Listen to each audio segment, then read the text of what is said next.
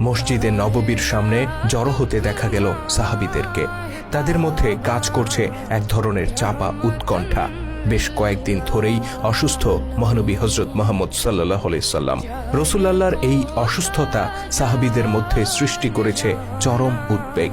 কারো চোখে ঠিকমতো ঘুম নেই, হৃদয়ে এতটুকু সুখ নেই। একটি প্রবল আশঙ্কা, চরম অস্থিরতা তাদেরকে ঘিরে ধরেছে।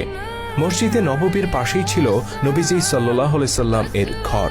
অসুস্থ শরীর নিয়েই তিনি নামাজ পড়াতেন মসজিদে। যে এভাবেই চলল কয়েকদিন। একদিন আসরের নামাজের সময় হলো। বেলাল রাদিয়াল্লাহু তাআলা আনহু আজান দিলেন। মুসল্লিরা দলে দলে ভিড় করলেন মসজিদে নববীতে। ওযু করলেন, নামাজের জন্য প্রস্তুত হলেন। অতঃপর অপেক্ষা করতে লাগলেন রাসূল সাল্লাল্লাহু আলাইহি সাল্লামের জন্য। কিন্তু দীর্ঘ অপেক্ষার পরেও এলেন না আল্লাহর নবী। হযরত ওমর রাদিয়াল্লাহু তাআলা আনহু বেলাল রাদিয়াল্লাহু তাআলা আনহুকে ডেকে বললেন, বেলাল, নবীজির ঘরে যে তাকে একটু দেখে আসবে কি, একটু খবর নিয়ে আসবে কি, তিনি কেমন আছেন? বেলাল রাদিয়াল্লাহু তাআলা আনহু চলে গেলেন নবীজির ঘরে। খানিক বাদে ফিরে এসে মুসল্লিদেরকে জানালেন নবীজির অসুস্থতা বেড়ে গেছে, তিনি অন্য কাউকে ইমামতি করতে বলেছেন। অতঃপর তিনি এদিক ওদিক কাকে যেন খুঁজলেন। মনে হলো যেন কাঙ্ক্ষিত ব্যক্তিকে তিনি খুঁজে পেলেন না। অতঃপর খুঁজে পেলেন ওমর রাদিয়াল্লাহু তাআলা আনহুকে।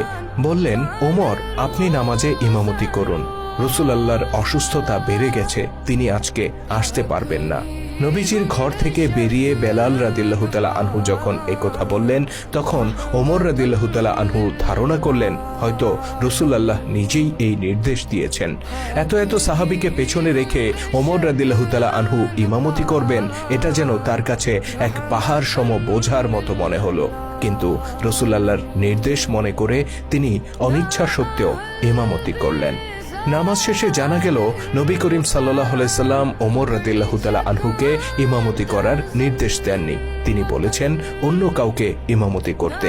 তিনি আশা করেছিলেন আবু বকর রাদিয়াল্লাহু তাআলা আনহু ইমামতি করবেন। হযরত বেলালও রাসূলের ঘর থেকে ফিরে এসে শুরুতে আবু বকর রাদিয়াল্লাহু তাআলা আনহুকেই তালাশ করেছিলেন, কিন্তু তাকে না পেয়ে তিনি ওমর রাদিয়াল্লাহু তাআলা আনহুকে ইমামতি করার অনুরোধ করেছেন। হযরত ওমর রাদিয়াল্লাহু তাআলা আনহু এই বিষয়টি জানার পর বেলালকে ডেকে বললেন, তুমি কেন আমাকে ইমামতি করতে বললে? আমি ভেবেছিলাম এটা রাসূলুল্লাহর নির্দেশ। যদি জানতাম এটা রাসূলুল্লাহর নির্দেশ নয়, তবে আমি কখনোই ইমামতি করতাম না। বেলাল রাদিয়াল্লাহু তাআলা আনহু বললেন, আমি আবু বকরকে না পেয়ে ভাবলাম আপনি নেতৃত্ব দেওয়ার যোগ্য, তাই আপনাকে অনুরোধ করেছি। খানিক বাদে মাগরিবের নামাজের একটু আগে মসজিদে নববীতে আসতে দেখা গেল